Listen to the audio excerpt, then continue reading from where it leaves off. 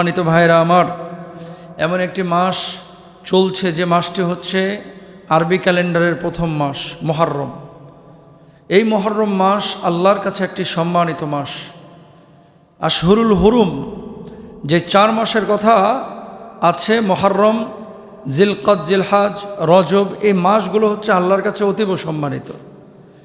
মজার বিষয় হচ্ছে এই মাসগুলোতে কাফের বেঈমানরা পর্যন্ত আরবে যুদ্ধ বিগ্রহ করতো না।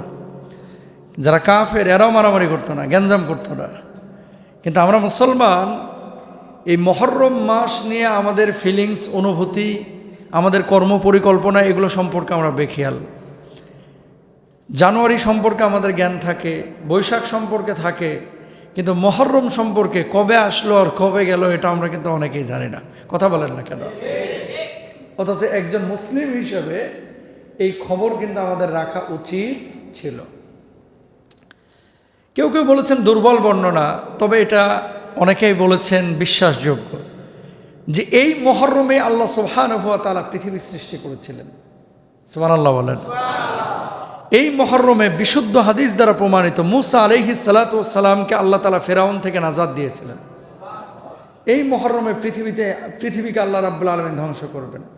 এই মুহররমে হযরতে ইউনুস আলাইহিস সালাতু ওয়াস সালামকে মাছের পেট থেকে মুক্ত করেছিলেন। তো অনেক ঘটনা, কোনো বর্ণনা আছে যে এগুলো দুর্বল, আবার কেউ কেউ বলছেন না এটা বিশ্বাসযোগ্য। আমরা সেদিকে যাব না। আমাদের মূল কথা হচ্ছে সময় যিনি বানান তিনি কে?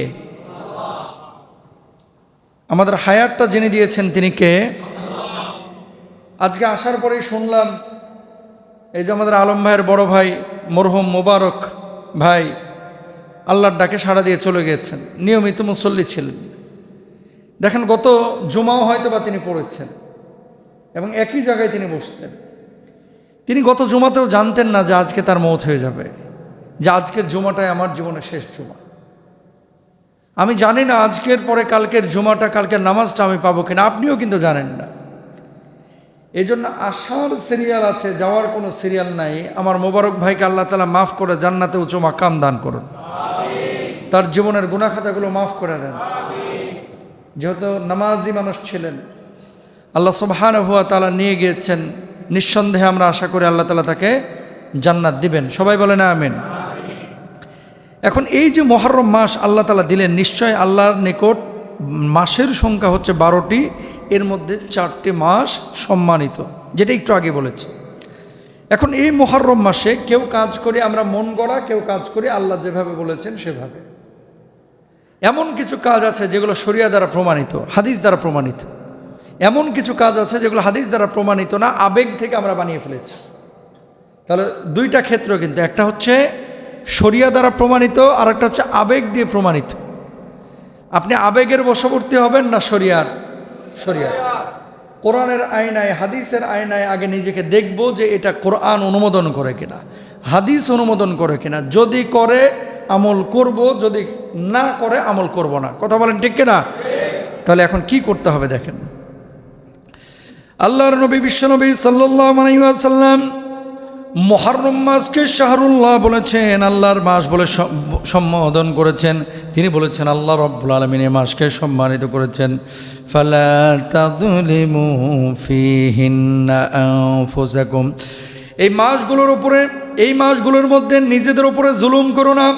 এই মাসের মধ্যে সুদ, ঘুষ, জেনা, ব্যভিচার, গালমন্দ করা, মানুষকে আঘাত করা, এই সমস্ত কাজগুলো তোমরা করো না। কারণ আইয়ামে জাহিলিয়াতের পরে যে কাফের বেঈমানরা ছিল তারাও কিন্তু এই কাজগুলো করতো না। যদি আপনি করেন আল্লাহ রাব্বুল আলামিন আপনাকে সওয়াব দিবেন না, ফজিলত দিবেন না, নিজের ক্ষতি নিজেই করবেন, নিজের পায়ে নিজেই কুড়াল মারবেন। আর আল্লাহ রাব্বুল আলামিনের এই সম্মানিত মাসগুলোকে যদি আপনি সম্মান দেন, আল্লাহ রাব্বুল আলামিন মুসা আলাইহিস সালাতু ওয়াস সালামকে যেভাবে ফিরআউনের আঘাত থেকে মুক্ত করেছিলেন, নাজাত দিয়েছেন, আমার রব দুনিয়ার সমস্ত পাপ কলুষতা থেকে আল্লাহ রাব্বুল আলামিন আপনারা নাজাত দিবেন, মুক্তি দিবেন। জোরে বলেন সুবহানাল্লাহ। আমাদের মূল টার্গেট কিন্তু মুক্তি। আমাদের মূল টার্গেট কি? মুক্তি, আল্লাহর কাছ থেকে নাজাত। ফাআনা হাক্কু বিমুসা মিনকুম। খেয়াল করেন, নবীজি সাল্লাল্লাহু আলাইহি ওয়াসাল্লাম যখন মদিনায় আগমন করলেন হিজরতের পরে, আগমন করার পরে আল্লাহর হাবিব বিশ্বনবী সাল্লাল্লাহু আলাইহি ওয়াসাল্লাম দেখলেন ইয়াহুদিরা রোজা রাখছে। আমার নবী জিজ্ঞেস করলেন, কেন তোমরা রোজা রাখছো? ইয়াহুদিরা যখন নাজাল্লাহু ফীহি মূসা ওয়া কওমাহু ওয়া আগরাকা ফিরআউন ওয়া কওমাহু, এই দিন আল্লাহ রাব্বুল আলামিন ফিরআউন থেকে মূসা আলাইহিস সালাতু ওয়াস সালামকে নাজাত দিয়েছিলেন। আমরা সেই মূসাকে ভালোবেসে এই আরাফার দিনে রোজা রাখছি। আমার নবী জবাব দিলেন, ইয়াহুদি হওয়ার পরে মূসা নবীকে ভালোবেসে যদি তারা রোজা রাখতে পারে, আমি নবী আমার বন্ধু মূসার জন্য তার চাইতেও বেশি হকদার রোজা রাখার। জোরে বলেন সুবহানাল্লাহ। কথা বুঝছেন তো কি বলছেন? নবী যে মদিনায় যাওয়ার পরে দেখছেন যে ইয়াহুদিরা রোজা রাখছে। কি গো, রোজা রাখতেছো কেন? আমরা মূসার জন্য, যেহেতু ফিরআউন থেকে নাজাত পেয়েছে এই জন্য রোজা রাখছি। আমার নবী বলছে, ফানা আহাক্কু বিমূসা মিনকুম, তোমাদের চাইতে আমি তো বেশি হকদার মূসার প্রতি, কারণ মূসা আমার ভাই, সে আমার পূর্ববর্তী নবী। সুবহানাল্লাহ বলেন। এরপর আল্লাহর নবী বিশ্বনবী সাল্লাল্লাহু আলাইহি ওয়াসাল্লাম কি বলছেন? সিয়ামু ইয়াউমু আশুরা আহতাসিবু আলাল্লাহ আন ইউকাফফিরাস সানাতাল্লাতী ক্বাবলা। জোরে বলেন আল্লাহু আকবার। আল্লাহর নবী বললেন, আশুরার রোজা সম্পর্কে আমি আল্লাহর কাছে আশা রাখি, যে ব্যক্তি আশুরার রোজা রাখবে আল্লাহ রাব্বুল আলামিন তার পূর্বের 1 বছরের জীবনের গুনাহ খাতাগুলি মাফ করে দেবে। কয় বছরের? গত 1 বছরে যা গুনাহ করেছেন ধুয়ে মুছে আল্লাহ তাআলা সাফ করে দেবে। সুবহানাল্লাহ। কোন দিন? যে আশুরার রোজা রাখবে। ও কলিজার টুকরা ভাইরা আমার, এখন আপনারা প্রশ্ন করবেন, হুজুর আশুরার রোজাটা আমরা কোন দিন রাখবো? 9 তারিখ নাকি 10 তারিখ? 10 তারিখ। কয় তারিখ? আশুরা মানেই হচ্ছে 10। তো 10 তারিখ রোজা রাখবেন। ইয়াহুদিরা যেহেতু একটা রাখতো, নবীজি বলছেন যে না, ইয়াহুদির সাথে সামঞ্জস্য না করে তোমরা একটা বাড়ায় নাও, আগে একটা মিলায় নাও অথবা পরে একটা মিলায় নাও, তাহলে কয়টা হয়ে যায়? 2টা। হয় 9-10 রাখেন অথবা 10-11 রাখেন। এটা আমার নবীর কথা। তাহলে আশুরার যে আমল 1 নাম্বার হচ্ছে, আশুরার আমলের 1 নাম্বার কাজ হচ্ছে এই মানে আশুরাতে আমরা রোজা রাখবো। সবাই আজকে নিয়ত করে ফেলি, জোরে বলি ইনশাআল্লাহ। এবার আসেন 2 নাম্বার কি? নফল রোজা বেশি বেশি করা।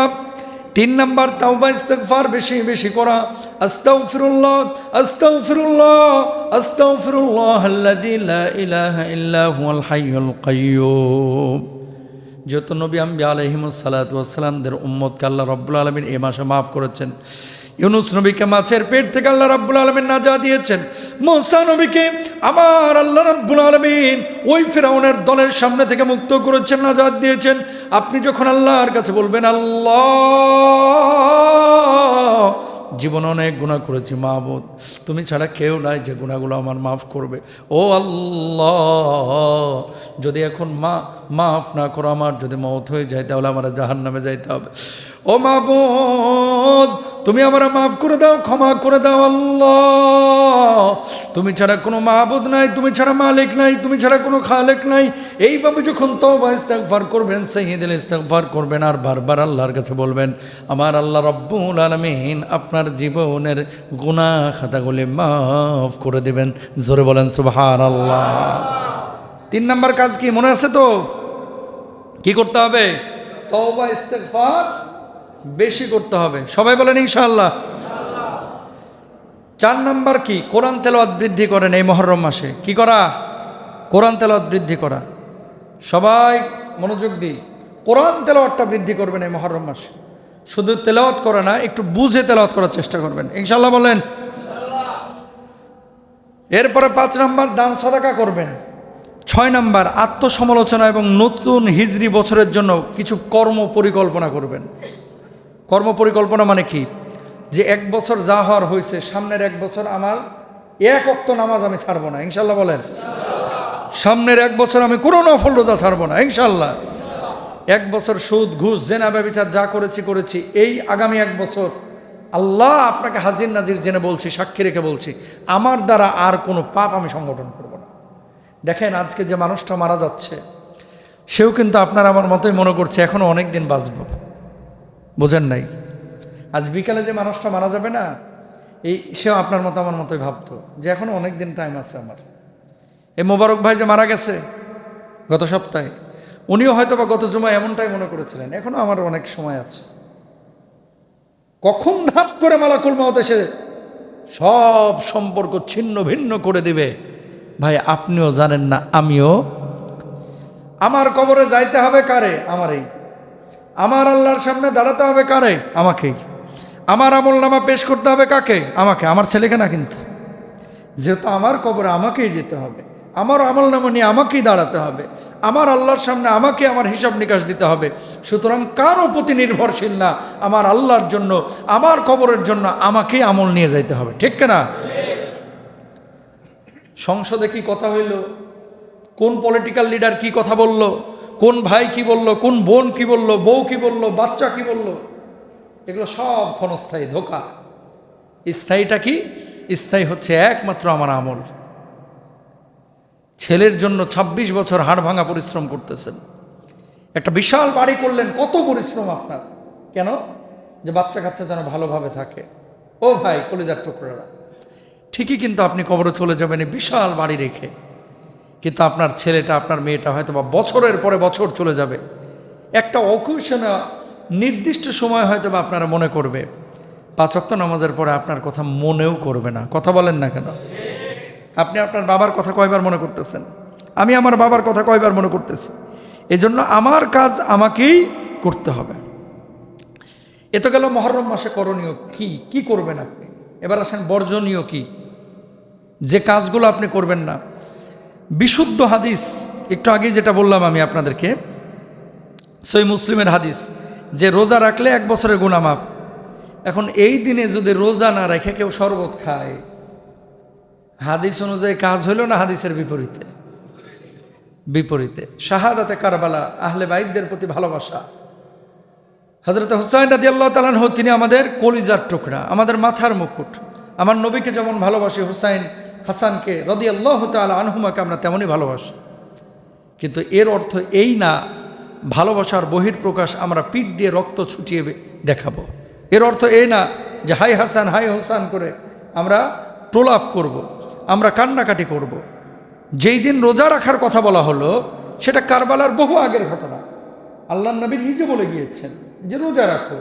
এখন এই দিন আপনি যদি রোজা না রেখে শরবত খান, রোজা না রেখে শরীর থেকে রক্ত ছোটান, রক্ত বের করেন, হাই হাসান হাই হোসেন করে আপনি মাতম করেন, আপনি যদি রাত্রিবেলায় আপনার পটকাবাজি করেন, আপনি যদি এই যে তাজিয়া মিছিল করেন, যে সমস্ত কাজগুলো আমাদের অনেক ভাইরা বুঝে হোক না বুঝে হোক করছে, এই কাজগুলো আসলে শরীয়তের আয়নায় বা হাদিসের আয়নায় দেখা যায় না।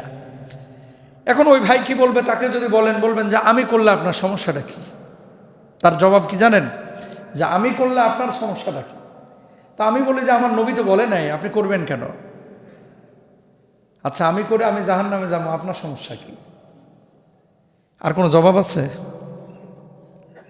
পৃথিবীতে কোনো মুফাসসির কাবা শরীফের ইমামকে আনলেও হেরে বুঝাইতে পারতেন না। কথা বলে না কেন?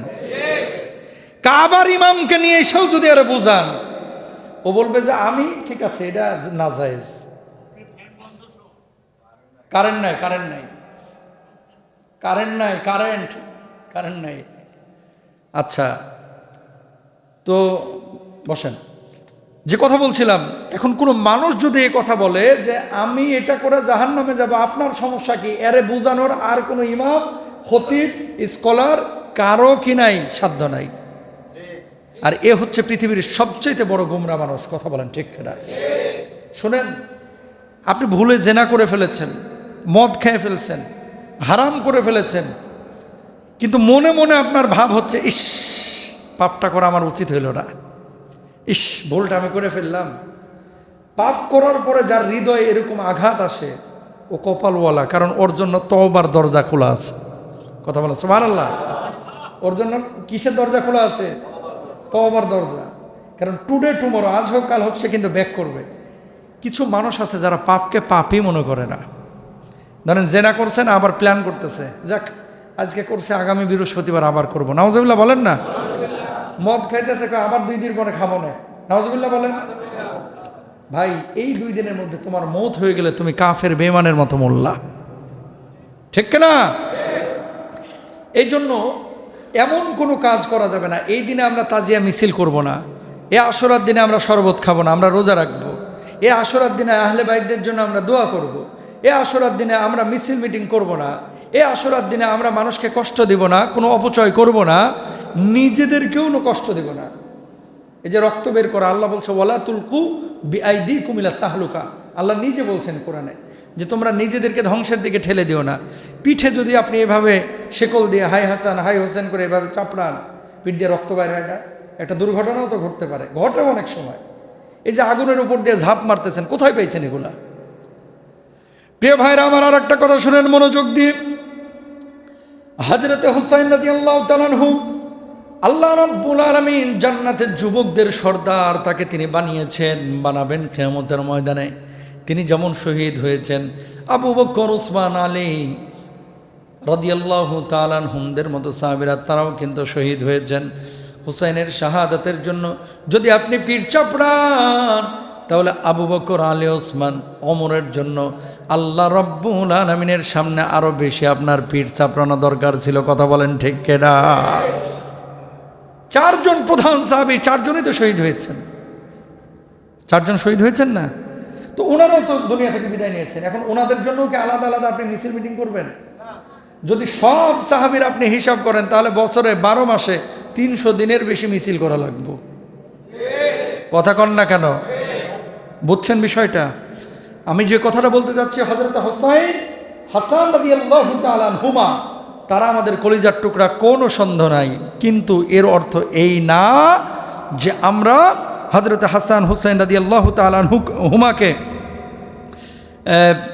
আপনার এমনভাবে হযরত হাসান এবং হুসাইন রাদিয়াল্লাহু তাআলা আনহুমাকে নিজেদের সামনে নিয়ে আসবো যে হযরত হাসান এবং হুসাইন যেগুলো বলেন নাই, নিজেরা যা করেন নাই সেগুলো আমরা করব। আল্লাহ তাআলা আমাদেরকে বুঝদান করুক, আমিন বলেন।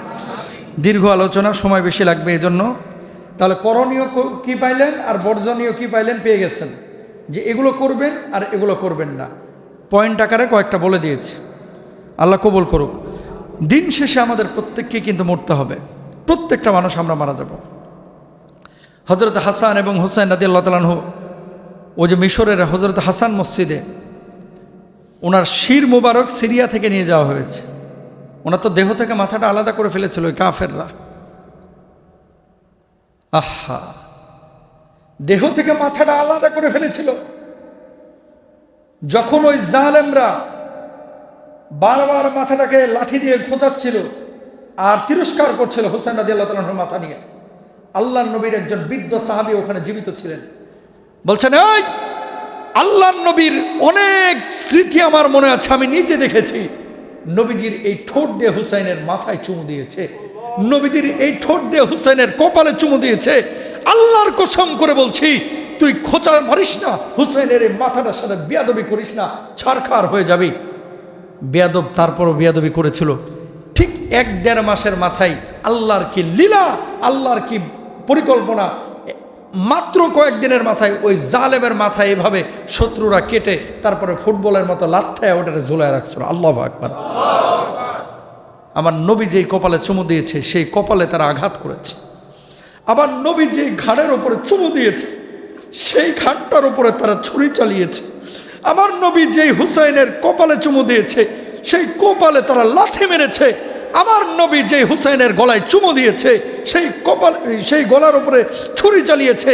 আমার নবী যে হুসাইনকে বলেছে জান্নাতের ফুল, আমার নবী যেই হুসাইনের জন্য, আল্লাহু আকবার, জুমার সময় খুতবা দিচ্ছিলেন, হুসাইন পাখির মতো দৌড়ায় এসেছে, হাসানও দৌড়ায় এসেছে। নবীজি খুতবা বন্ধ করে হুসাইনের কপালে চুমু দিয়েছে, হাসানের কপালে চুমু দিয়েছে, আদর করে দিয়েছে।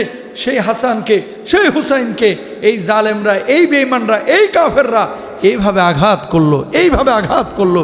আল্লাহ রাব্বুল আলামিন এর পরক্ষণেই আল্লাহ সুবহানাহু ওয়া তাআলা এদের বিচার এমনভাবে করেছিলেন, দুনিয়াতেও লাঞ্ছিত হয়েছে, আর আখিরাতে যে কি লাঞ্ছিত হবে এটা তো বলার কোনো অপেক্ষা রাখে না। ঠিক না? এই জন্য কামা তাদিনু তুদানু, যেমনটা আপনি করবেন তেমনটাই কিন্তু আপনি পাবেন। এই যে জুলুম যারা করে এরা মনে করে যে আমরা তো পার পেয়ে গেছি, আল্লাহ তো আমাদেরকে মাফ করেছেন, আল্লাহ তাআলা আমাদেরকে ছেড়ে দিবেন না। আল্লাহ ছাড় দেন, আল্লাহ কিন্তু ছেড়ে দেন না। আল্লাহ ছাড় দেন, আল্লাহ ছেড়ে দেন না।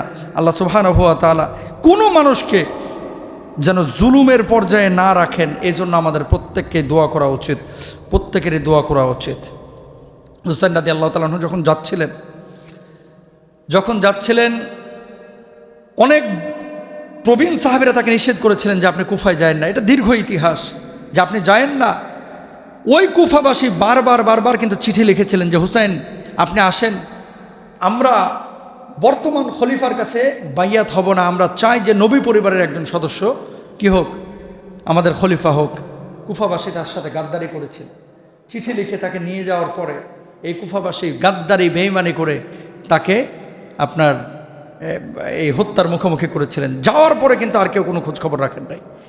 এই জন্য গাদ্দারি বেঈমানি কুফাবাসী সেই সময় করেছে, এখন পর্যন্ত কুফাবাসী আর কিন্তু সুখ পায় নাই।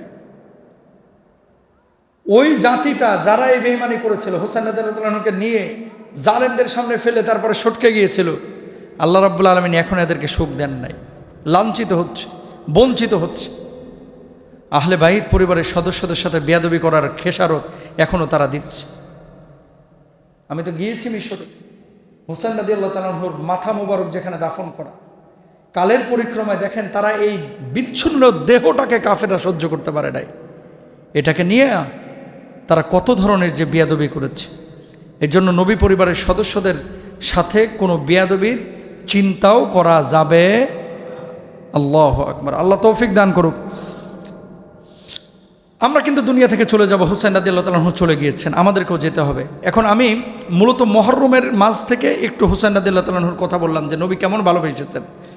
এবার আসেন, উনারা যেমন চলে গেল, উনারা তো আল্লাহর জান্নাতে চলে গিয়েছেন। আপনি আমি যখন যাব মোবারক ভাইয়ের মতো, আপনি আমি কি নিয়ে যাচ্ছি? কবরের জিন্দেগিতে সুখী জীবন হওয়ার জন্য, আযাব মুক্ত জীবন পাওয়ার জন্য, সুন্দর জিন্দেগি পাওয়ার জন্য কিছু করণীয় আছে। আল্লাহ সুবহানাহু ওয়া তাআলা আমাদেরকে কবরের ব্যাপারে বারবার কিন্তু সতর্ক করেছেন।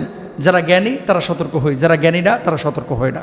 কাফের বেঈমান যারা, তারা মারা গেলে তাদের রূহ চলে যাবে জাহান্নামের পরিবেশে, যারা ঈমানদার তাদের রূহটা যাবে হচ্ছে জান্নাতি পরিবেশে। আল্লাহ সুবহানাহু ওয়া তাআলা কুরআনুল কারীমের মধ্যে কি বলেছেন? কুল্লু নাফসিন যায়িকাতুল মাউত। আল্লাহু আকবার। সব প্রাণীকে মৃত্যুর স্বাদ আস্বাদন করতে হবে।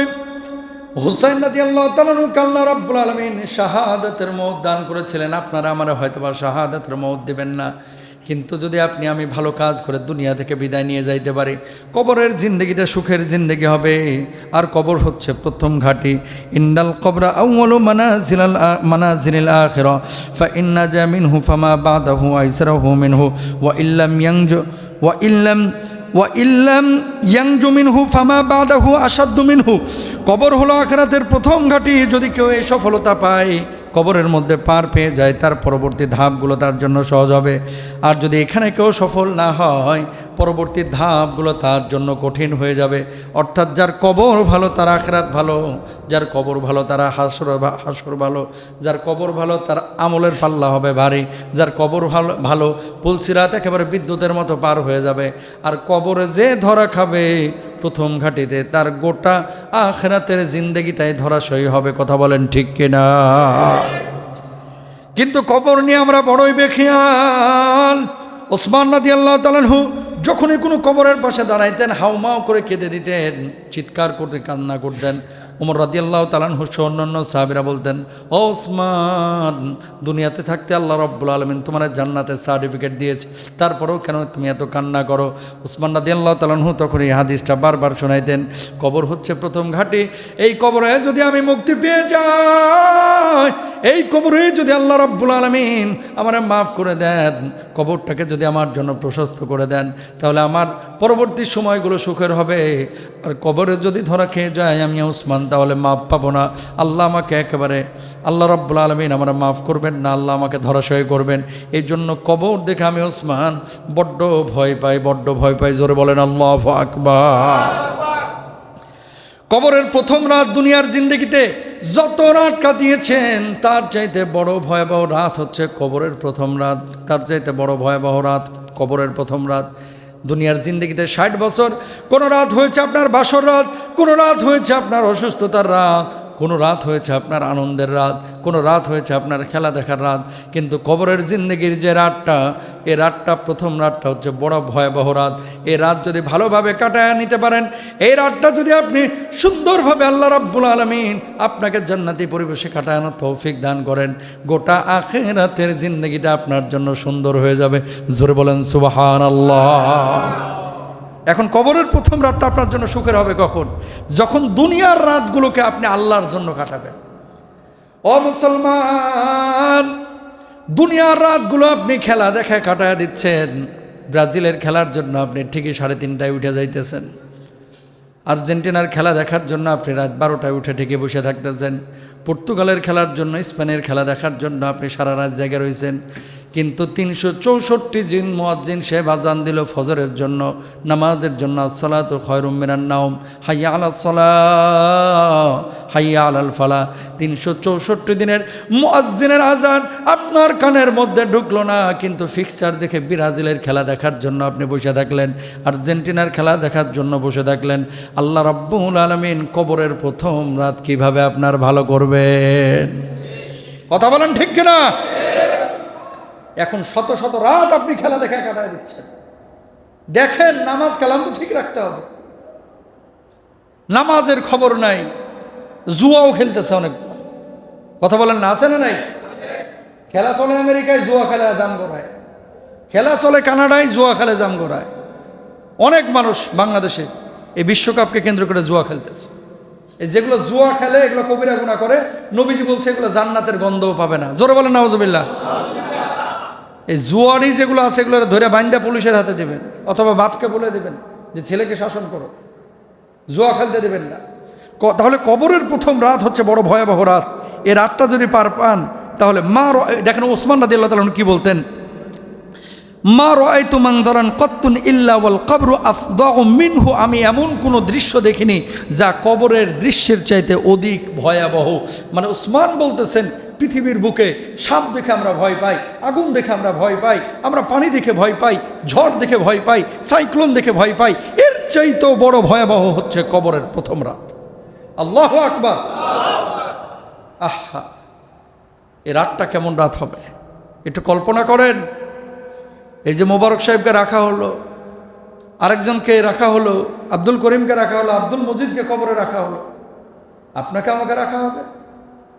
প্রতিদিন আপনি রাত্রিবেলায় 9টায় ভাত খান, প্রতিদিন আপনি এসার সময় নামাজ পড়েন, প্রতি রাত আপনি রাত্রিবেলায় মোবাইল টিপেন ঘন্টার পরে ঘন্টা।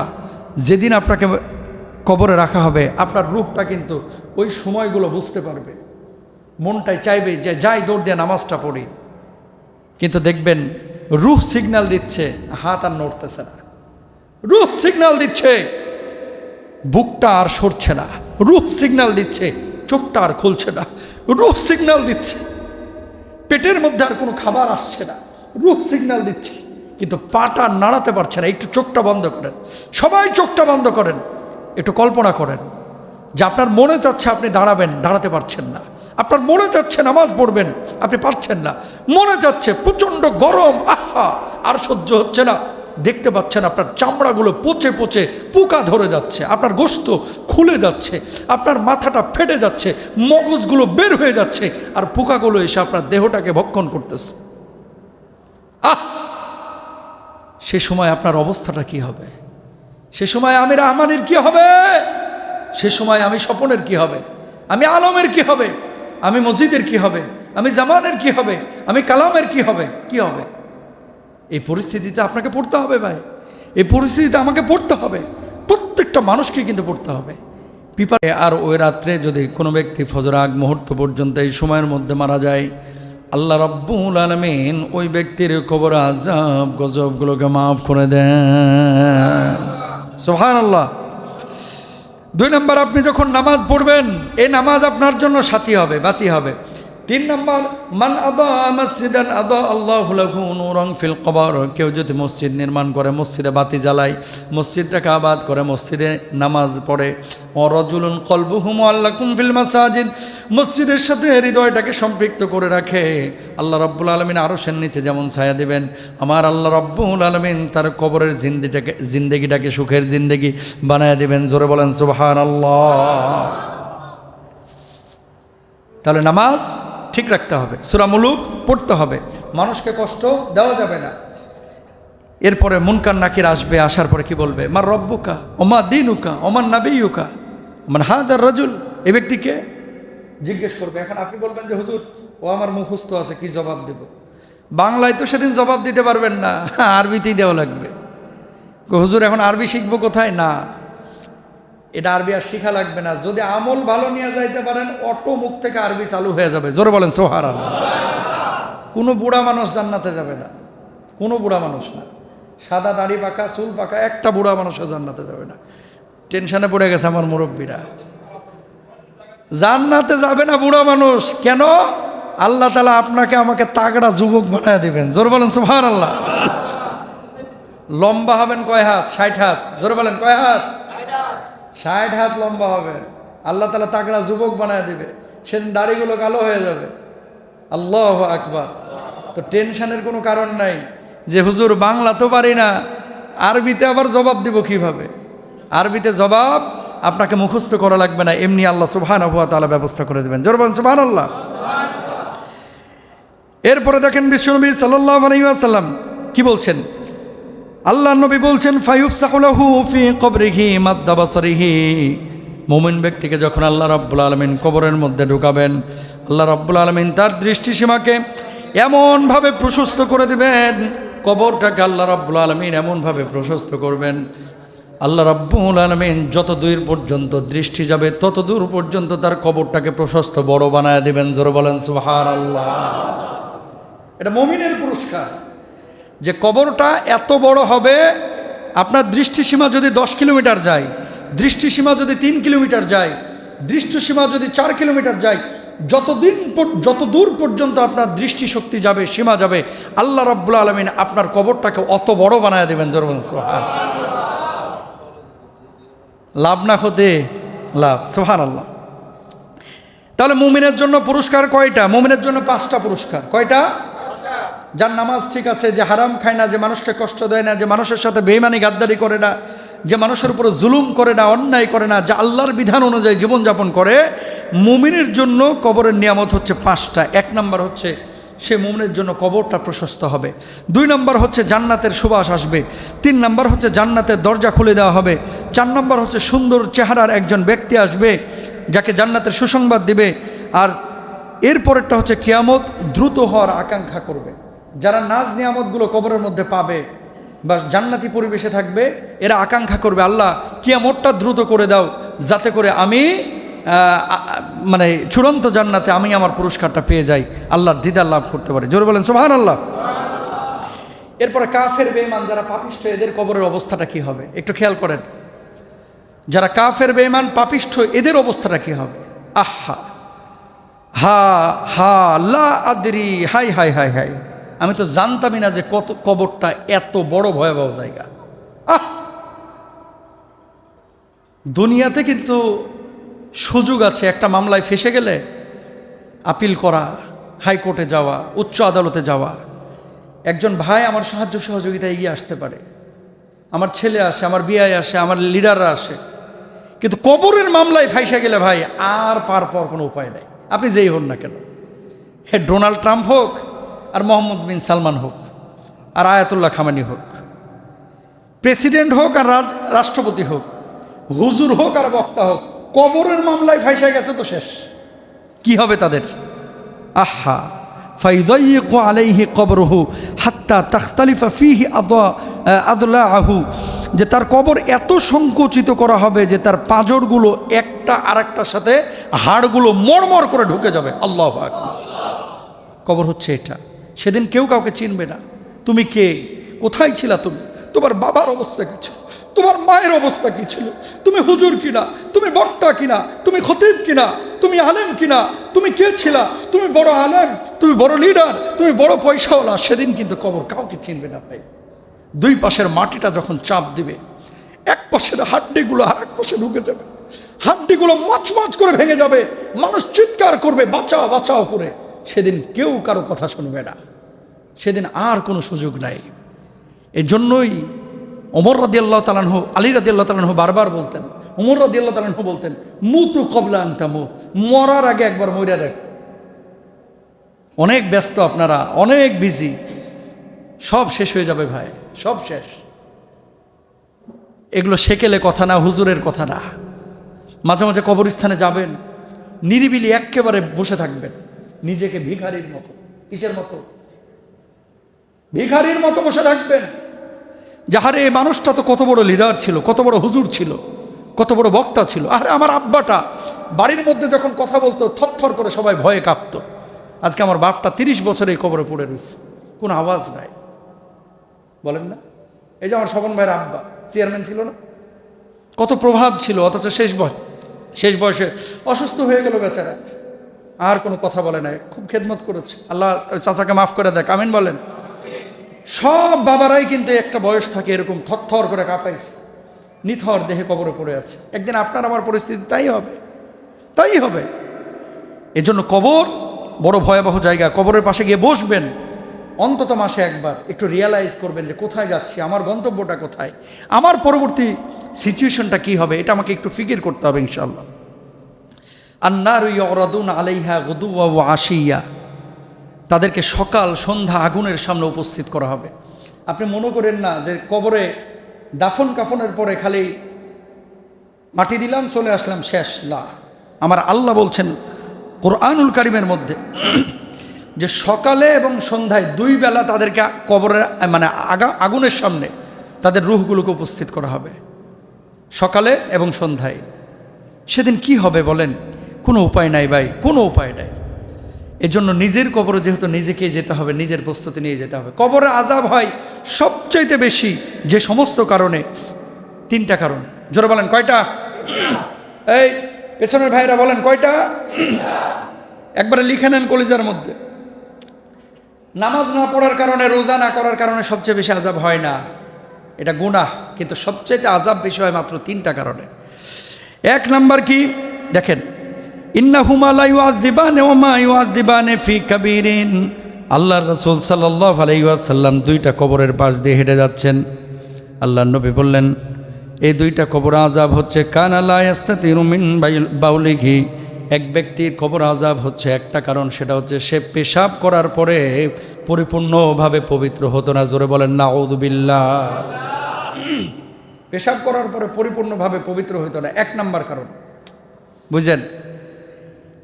এখানে যারা আছেন, যারা ঢিলা কুলুপ ব্যবহার করেন, আপনাদেরকে ওয়েলকাম, আলহামদুলিল্লাহ। কিছু মানুষ আছেন যারা এত তাড়াহুড়া করে পেশাব করেন, কুলুপ নেন না, পানিও ব্যবহার করেন না। দাঁড়ানোর পরে 2-3 ফোঁটা পেশাব কিন্তু আপনার লুঙ্গিতে লাগে, প্যান্টে লাগে। আপনি মনে করছেন যাক নামাজের আগে চেঞ্জ করে ফেলবো। ইসলাম বলে না, তুমি এটা করতে পারবা না, নিষেধাজ্ঞা আছে। ইসলাম কি বলে?